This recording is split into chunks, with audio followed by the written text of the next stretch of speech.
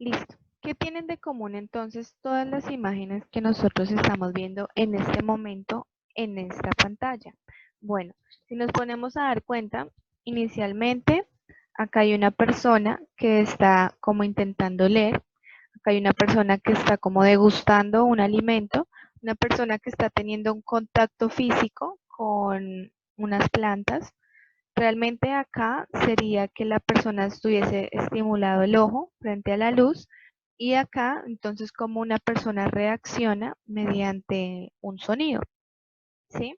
Entonces, a lo último que tienen en común todas estas imágenes, que todas son respuestas a estímulos realmente. Pero ¿cómo se producen los estímulos? Debemos recordar entonces antes o en el primer bimestre que hablábamos de que los estímulos eran organizados directamente por los órganos de los sentidos, ¿cierto? Y que en los órganos de los sentidos íbamos a encontrar aquellas neuronas sensitivas que recogían toda esta información y se transmitían o se llevaban como impulso nervioso hacia el cerebro para tener una acción. Bueno, entonces, realmente acá podemos observar los 5 sentidos específicos en nuestro cuerpo, que vienen siendo la vista, el gusto, el tacto, el olfato y la audición.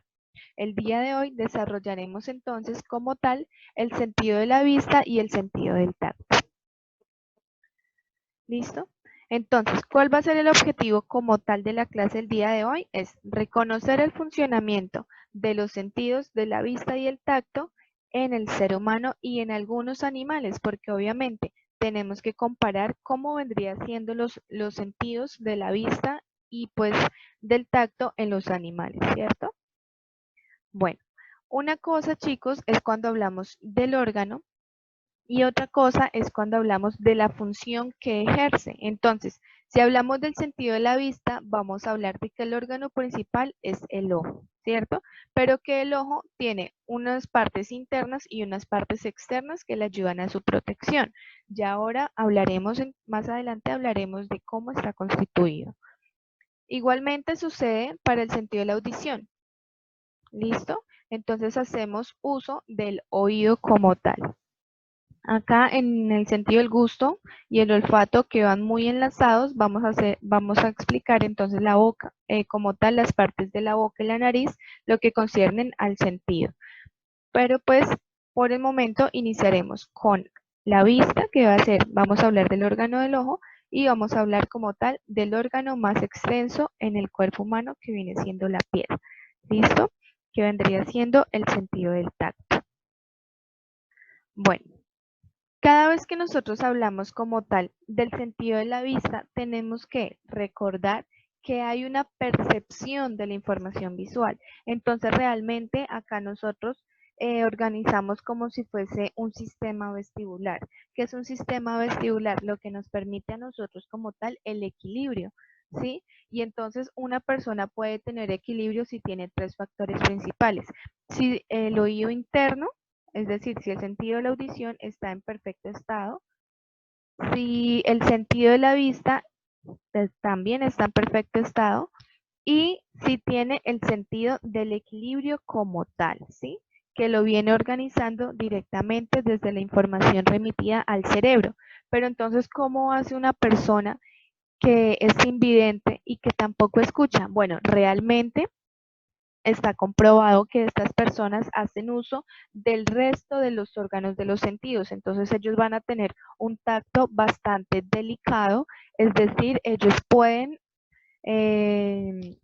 pueden captar como la información del exterior mediante su tacto e igualmente entonces van a tener un sentido de orientación por medio de este, ¿sí?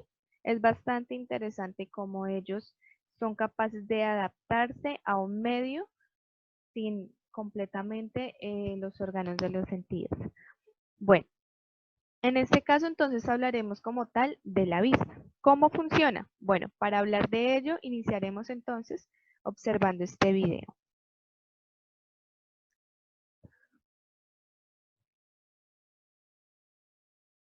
¿Será verdad entonces lo que nos menciona el video? ¿Será que nuestro ojo se ve dilatado o se ve contraído debido a la presencia o ausencia de luz? Bueno, es lo que vamos a experimentar ahora. ¿Listo? Entonces, por favor, ya. Listo. Entonces, después del experimento, realmente tenemos que conocer como tal qué es lo que nos permite la percepción de la información visual. ¿Sí? ¿Qué sucede? El ojo tiene una función muy específica, que es reconocer el color, reconocer la forma, el tamaño y la distancia en la que se encuentran los objetos. Y que si bien lo veíamos mediante el video, internamente el ojo se acopla de tal manera de que pueda desarrollar la mejor, como el mejor enfoque, ¿sí? Que era también lo que mirábamos en el experimento del espejo, que el ojo es capaz de acoplar como tal la entrada de luz por medio del movimiento de la pupila, que le ayuda mucho el iris. ¿Para qué? Para si hay mucha luz, entonces la pupila se va a cerrar, es decir, ella se encoge. Y si hay poca luz, entonces ella se dilata, se agranda, ¿sí? Bueno, entonces, como tal, el ojo, pues sabemos que es el órgano de la visión, del sentido de la vista, y nos ayuda como tal a interpretar el entorno. Bueno, aparte de ello, el ojo está formado por unas células llamadas fotorreceptores. ¿Qué quieren decir fotorreceptores? Que son aquellas células que captan la luz, ¿sí? Y otras entonces están, bueno, en este caso, todos los ojos en cualquier animal está empleado a partir de fotorreceptores, pero resulta que se dice que hay un predecesor para los ojos de los humanos, que vienen siendo los animales, ¿sí? Así como sucedía entonces en lo del encéfalo, que venía desde el animal más sencillo hasta el más complejo, entonces también sucedía con los ojos. ¿Por qué? Porque se ha descubierto científicamente que los animales presentan una proteína específica que les ayudó como al desarrollo del ojo y que es la misma proteína que nosotros tenemos en nuestros ojos, ¿sí? Bueno, ahora, ¿cómo funciona? Realmente todo lo que nosotros captamos mediante el ojo se va como un impulso nervioso hacia el cerebro, pero ¿en qué parte del cerebro? Nos vamos hacia el lóbulo occipital, ¿sí? Realmente el cerebro en esta parte es la que nos ayuda a interpretar las imágenes y a decir si estamos cerca, si estamos lejos, qué tipo de objeto es, porque yo veo un computador, porque yo veo entonces una pared, un espejo, ¿sí? Eso es lo que nos ayuda a como a producir la imagen y a interpretarla.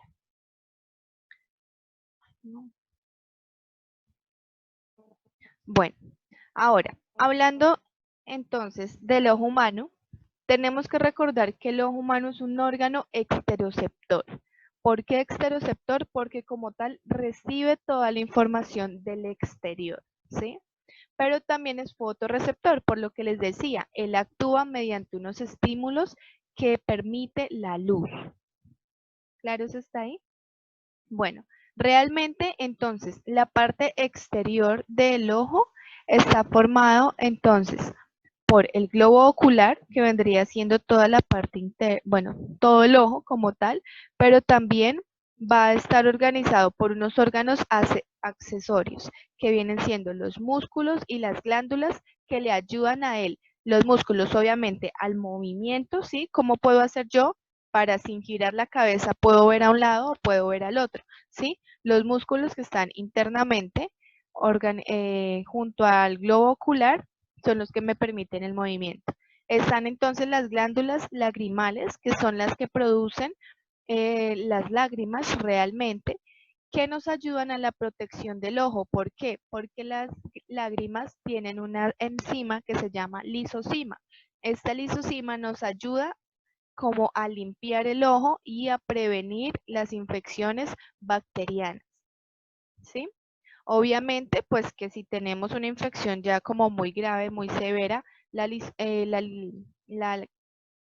lágrima, perdón, no nos va a ayudar, o sea, no va a tener una respuesta suficiente. ¿Por qué? Porque sabemos que los organismos se pueden adaptar, ¿cierto? Por eso es que a nosotros de pronto la mamita nos va a dar un medicamento y de pronto alguien le dice, no, no le dé tanto o tan seguido porque si no ya no le hace, ¿sí? Los organismos se adaptan y ya no permiten como que haya una barrera para que los ataque. Bueno, de las partes exteriores entonces del ojo también tenemos las cejas, que es la parte de acá arribita, como estos pelitos que nosotros tenemos acá. ¿Sí? Esas cejas entonces nos protegen de la sudoración para que no nos caiga el sudor en el ojo, porque si en algún caso nos ha sucedido, sabemos que arde mucho, ¿cierto? ¿Por qué? Pues porque el sudor tiene también sales, tiene entonces también, obviamente, puede tener enzimas y eso nos puede lastimar el ojo, por eso nos arde la sensación de ardor. Vamos a tener entonces también de órganos accesorios el párpado que nos da la movilidad prácticamente de protección en el ojo. Cuando nosotros sentimos como algo que nos va a hacer daño, lo primero que hacemos es cerrar los ojos, ¿cierto? Como el impacto. ¿Por qué? Porque es siempre como el mecanismo de protección. Y por último tendríamos las pestañas, que son estos pelitos que nosotros encontramos en el párpado superior y en el párpado inferior. ¿Cuál es la función como tal de las pestañas? Bueno, realmente es de protección, ¿sí? En cuanto a polvo, en cuanto a organismos, pero también es para difuminar los rayos de la luz. ¿Listo? Para que no vayan a lastimar el ojo. Ahora, un dato importante como tal, nuestro ojo tiene la capacidad de procesar de 15 a 24 imágenes por segundo, ¿sí? Pero cuando nosotros, digamos, estamos frente a la tecnología, frente a videojuegos, estos videojuegos lo que hacen es que nos provocan un cansancio ocular, ¿cierto? Entonces, cuando estamos mucho tiempo como pegados a un videojuego, lo que va a suceder es que nos va a lastimar los ojos. ¿Por qué?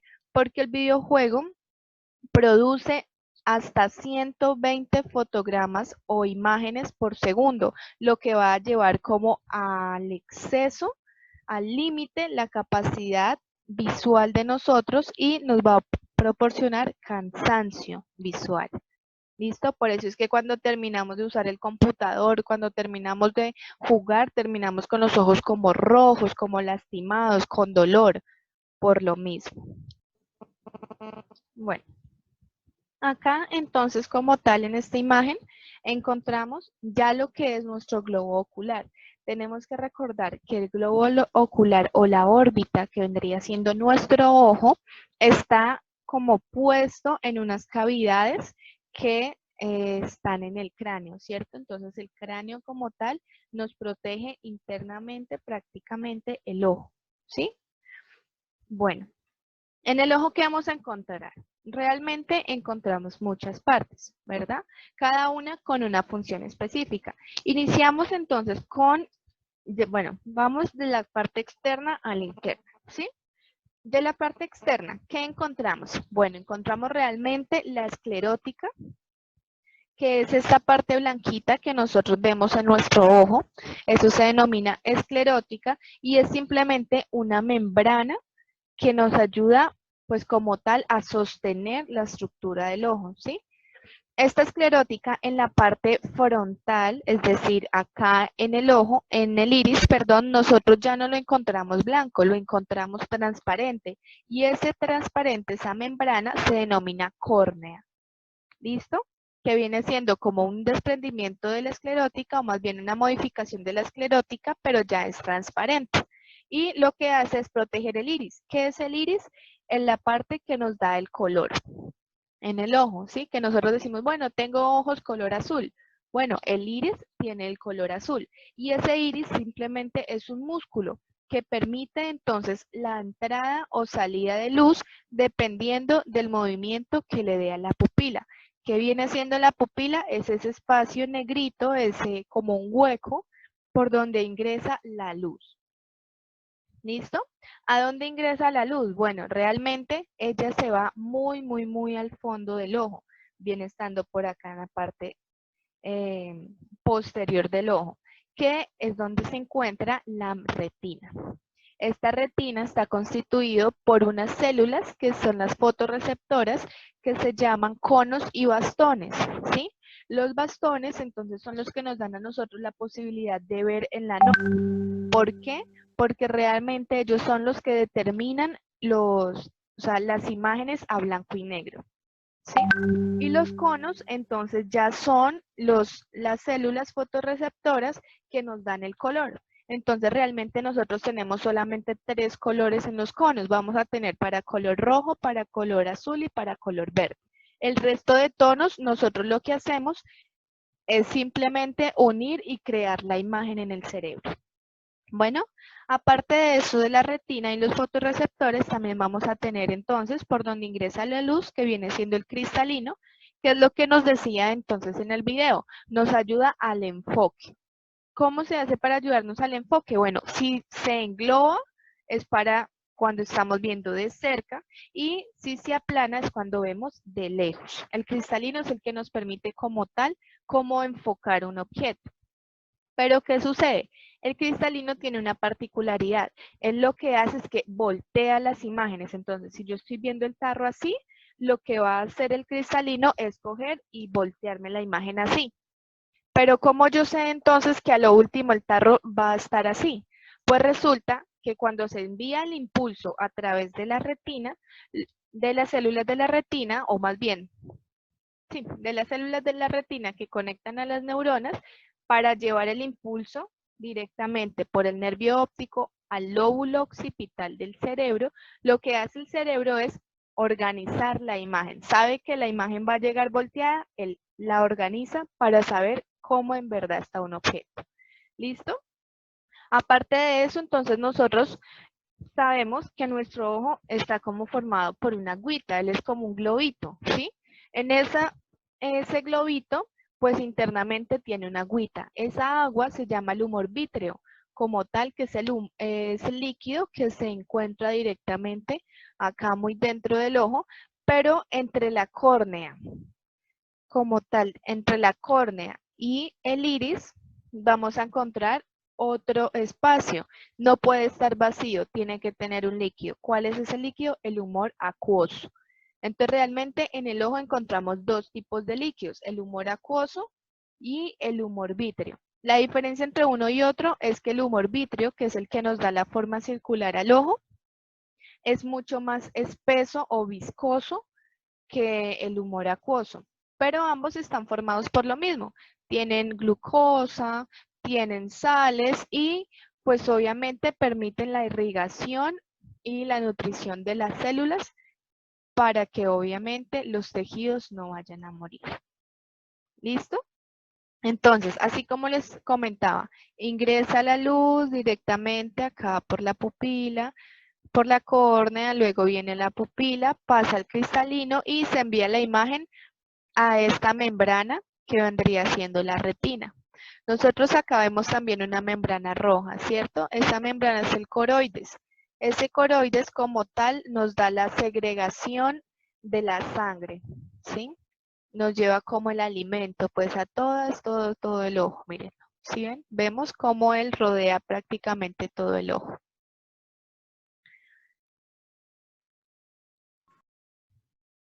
Bueno, listo. Acá entonces nosotros vamos a encontrar unas actividades para desarrollar. Vamos a tener entonces el ojo, cuáles van a ser las partes en cada uno de los casos, ¿sí? Y acá encontramos como tal un video que es bastante interesante que nos puede complementar la información. Bueno, listo.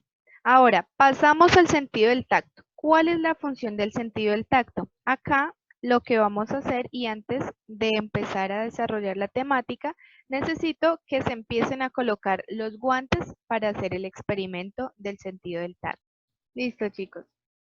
Bueno, entonces, acá en el experimento que nosotros hicimos, en la actividad que hicimos con los guantes y el agua, a lo último, nosotros nos dábamos cuenta cómo la piel tiene la capacidad de ser tan sensible que con un mínimo roce nosotros ya estamos teniendo un flujo de información, ¿cierto?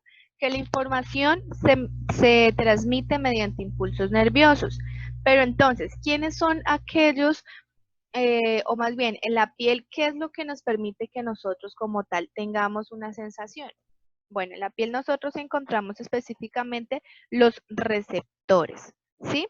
Tenemos mecanorreceptores, que es para estímulos mecánicos, es decir, cuando son de sensaciones de tocar.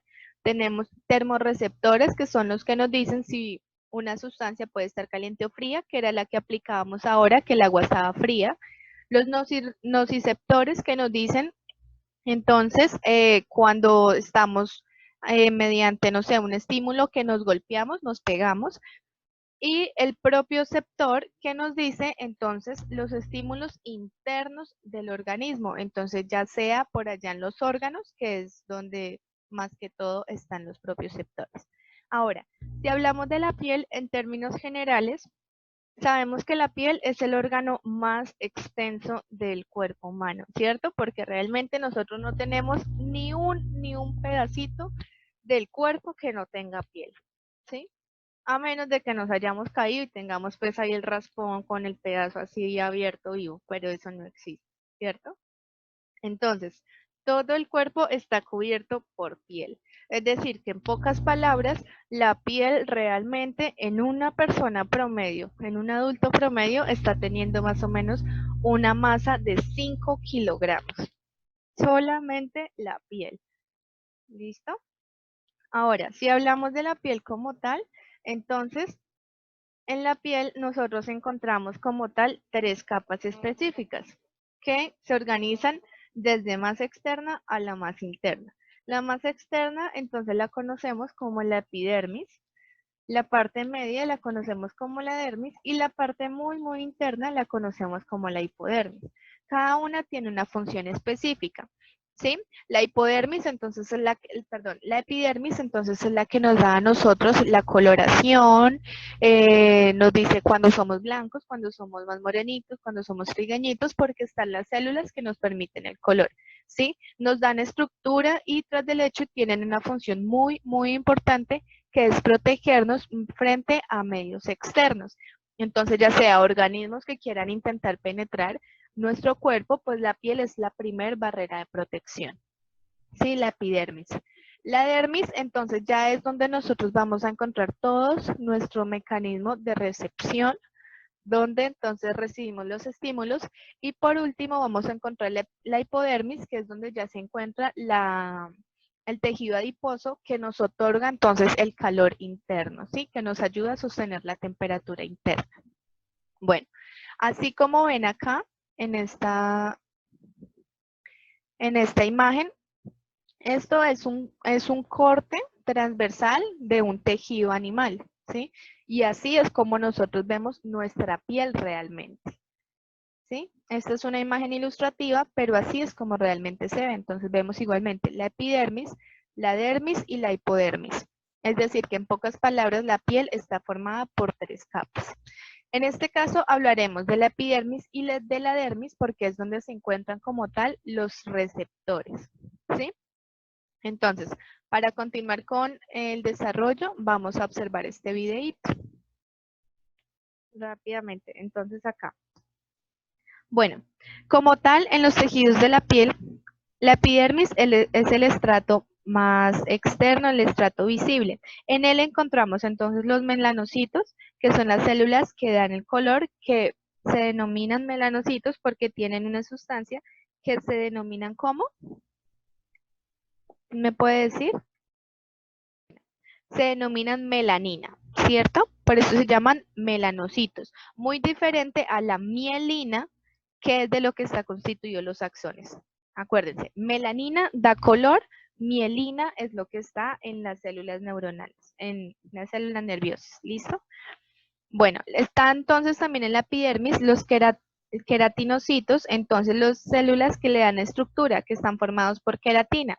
¿Listo? Están los mecanorreceptores, entonces, que son los receptores del tacto, los que yo les decía que eran aquellos receptores sensibles, que si bien, como decía Gabriel, nos pueden respirar cerquita y nosotros lo vamos a sentir. Es gracias al corpúsculo de Merkel y al corpúsculo de Meiser.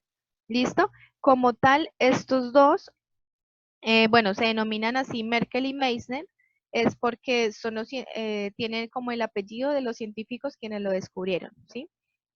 Estos corpúsculos lo que hace realmente es captar la sensación y enviarla así como se mostraba en el video, hacia el nervio periférico, hacia los nervios periféricos para llevar la información.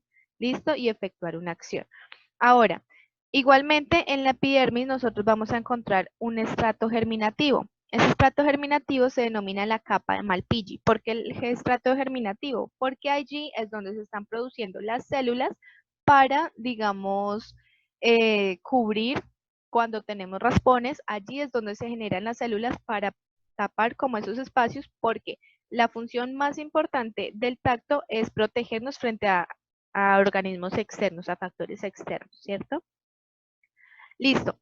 La dermis, que vendría siendo esta parte media, está compuesta entonces por fibras de colágeno y el tejido conectivo. Tejido conectivo vendría a partir de la hipodermis.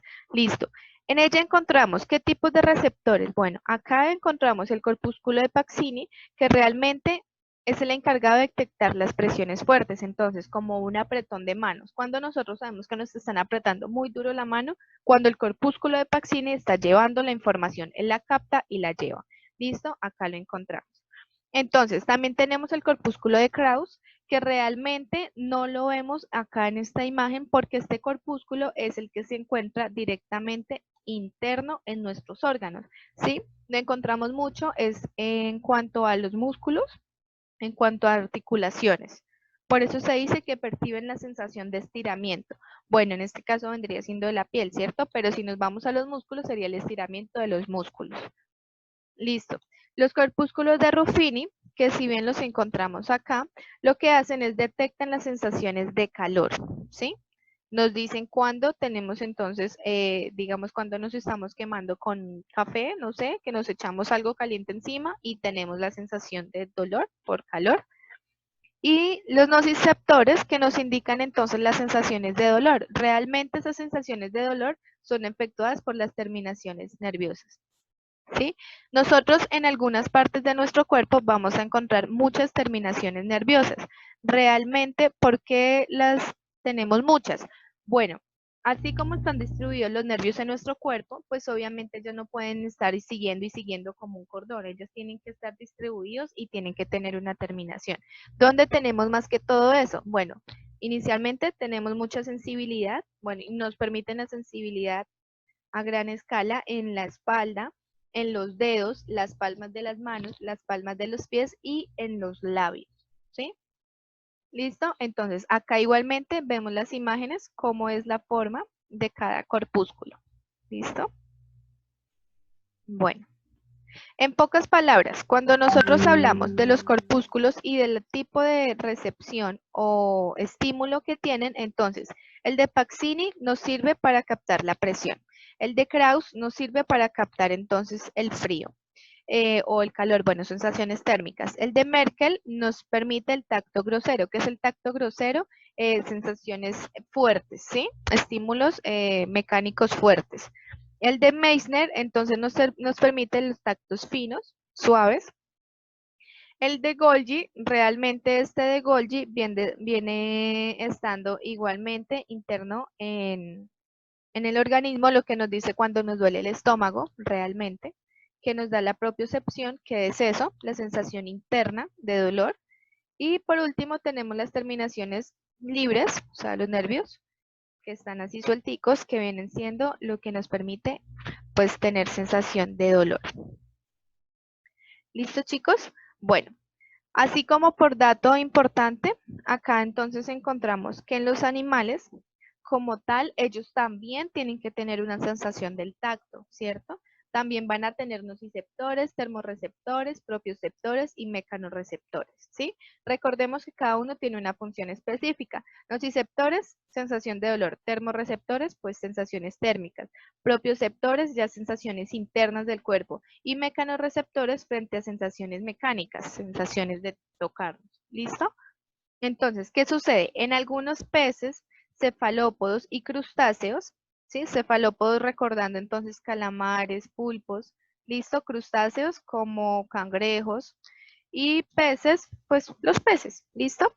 ¿Cómo tienen entonces ellos la sensación del tacto? Bueno, realmente tienen una línea lateral. Cuando nosotros tomamos un pez, vemos que hay una diferencia en la tonalidad de la parte del lomo hacia arriba y de la parte de media hacia abajo que vendrían estando los órganos, ¿sí? Esa línea lateral lo que permite es, ellos identifican los cambios en el agua, ¿sí? Hay unos que reconocen cambios eléctricos, hay otros que simplemente reconocen cambios térmicos y saben cuando un predador está cerca o está lejos. ¿Listo? Por esa línea lateral. Es decir, esa línea lateral es la que le da la sensibilidad a los peces, cefalópodos y algunos crustáceos. En el caso de los anfibios y los reptiles, pues ya los mecanorreceptores como tal se ubican sobre la piel, en la parte ventral. ¿Cuál es la parte ventral? La parte del vientre, es decir, esta parte, la del estómago en nosotros. ¿Listo? Ahora, los termorreceptores en algunos animales, entonces, dependen directamente del metabolismo del animal. Ahí es cuando nosotros decimos que si un animal es de sangre fría o de sangre caliente, ¿sí? Cuando decimos que es un animal de sangre fría, ¿qué quiere decir? Que son ectotermos, es decir, que su temperatura corporal depende de la temperatura ambiental, ¿sí?